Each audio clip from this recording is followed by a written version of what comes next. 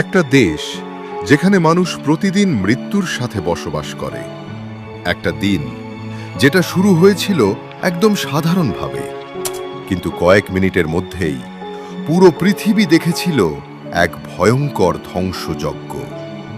আজকের গল্প জাপানের সেই ভয়াবহ সুনামির। তারিখটা ছিল 11 মার্চ 2011। জাপানের উত্তর পূর্ব উপকূল। মানুষজন তখন ব্যস্ত তাদের দৈনন্দিন কাজে। স্কুলে ক্লাস চলছে, অফিসে কাজ চলছে, রাস্তায় মানুষ হাঁটছে, সবকিছুই ছিল স্বাভাবিক। কিন্তু হঠাৎ করেই পৃথিবী কেঁপে উঠল। একটি ভয়ঙ্কর ভূমিকম্প, যার মাত্রা ছিল 9.0। এটা ছিল জাপানের ইতিহাসে সবচেয়ে শক্তিশালী ভূমিকম্পগুলোর একটি। ভূমি কাঁপতে লাগলো কয়েক মিনিট ধরে, বিল্ডিংগুলো দুলতে লাগলো, মানুষ দৌড়াতে শুরু করলো।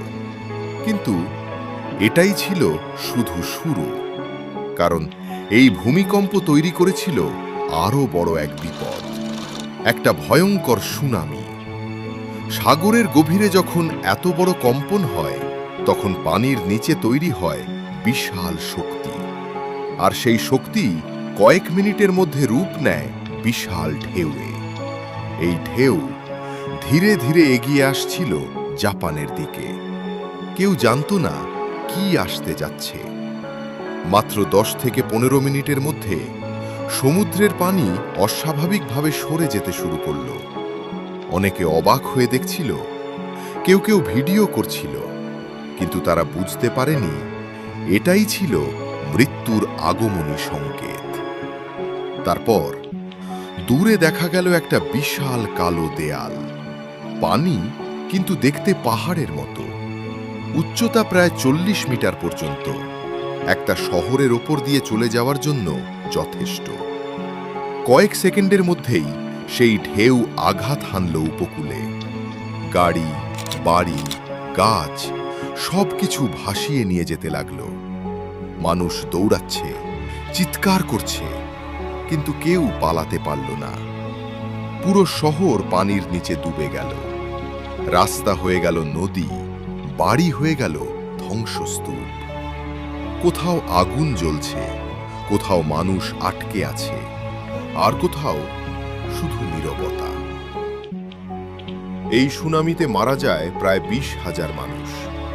হাজার হাজার মানুষ নিখোঁজ হয়ে যায়। অনেক পরিবার চিরতরে হারিয়ে ফেলে তাদের প্রিয়জনকে। কিন্তু এখানেই শেষ নয়। এই সুনামি আঘাত করেছিল ফুকুশিমা নিউক্লিয়ার পাওয়ার প্ল্যান্টে, যেখানে পানি ঢুকে পড়ে এবং পুরো সিস্টেম ব্যর্থ হয়ে যায়। এর ফলে ঘটে যায় ভয়ঙ্কর নিউক্লিয়ার বিপর্যয়, যা ছড়িয়ে দেয় তেজস্ক্রিয়তা, আর সেই এলাকা হয়ে যায় বসবাসের অযোগ্য। মানুষ তাদের ঘর ছেড়ে পালাতে বাধ্য হয়, যে ঘর তারা নিজের হাতে বানিয়েছিল, সেটা আর কখনোই ফিরে পায়নি। কিন্তু জাপান হাল ছাড়েনি। তারা আবার দাঁড়িয়েছে ধ্বংসস্তূপ থেকে, নতুন করে গড়ে তুলেছে তাদের দেশ। এই ঘটনাটা আমাদের একটা শিক্ষা দেয়, প্রকৃতির শক্তি কতটা ভয়ঙ্কর হতে পারে, আর মানুষ চাইলে সবকিছু হারিয়েও আবার উঠে দাঁড়াতে পারে। আজও সেই দিনটার স্মৃতি জাপানের মানুষের মনে জীবিত। আর আমাদের জন্য এটা শুধু একটা গল্প নয়, এটা একটা সতর্কবার্তা। কারণ প্রকৃতি যখন রাগ করে, তখন কেউই তাকে থামাতে পারে না।